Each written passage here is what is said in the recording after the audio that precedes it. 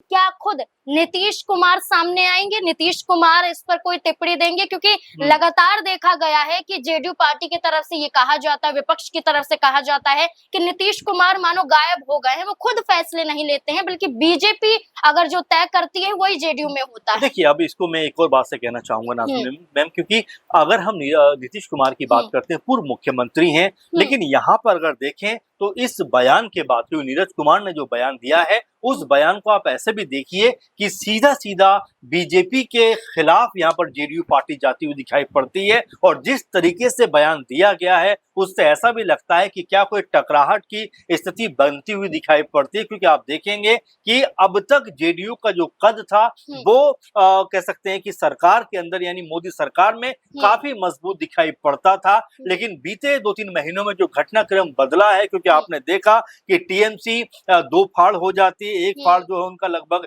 जो 20 सांसद हैं वो जाकर शामिल हो जाते हैं एनसीपीआई में, और वो एक बड़ी पार्टी बन जाती है। अगर हम सिलसिलेवार तरीके से देखें तो एनडीए कुंभ में इस समय सबसे बड़ी पार्टी बीजेपी है, और दूसरे नंबर की बात करें तो यहाँ पर अचानक से जो टीएमसी के टूटने के बाद जो भी सांसद थे वो जाकर एनसीपीआई में शामिल हो गए, और एनसीपीआई जो थी नंबर 2 की पार्टी बन गई। इसके अलावा हम जो है टीडीपी की बात करें, नंबर 3 पे वो दिखाई पड़ती है, 16 उनके सांसद हैं। वहीं शिंदे गुट का भी जिक्र यहाँ पर करना जरूरी हो जाता है कि उनके अब तक 7 सांसद थे, लेकिन उद्धव ठाकरे शिवसेना के 6 सांसद उनके साथ शामिल हो जाते हैं, तो उनकी जो ये गिनती है 13 पहुंच जाती है, यानी जेडीयू से ज्यादा। और ये मिला जुलाकर जो आंकड़े हैं वो ये बताते हैं कि अचानक से जेडीयू जो नंबर 2-3 पर दिखाई पड़ती थी 5 पे जाकर चली जाती है। तो यानी कि ताकत की जो स्थिति जेडीयू के पास थी वो भी अब कमजोर होती हुई दिखाई पड़ती है, क्योंकि अगर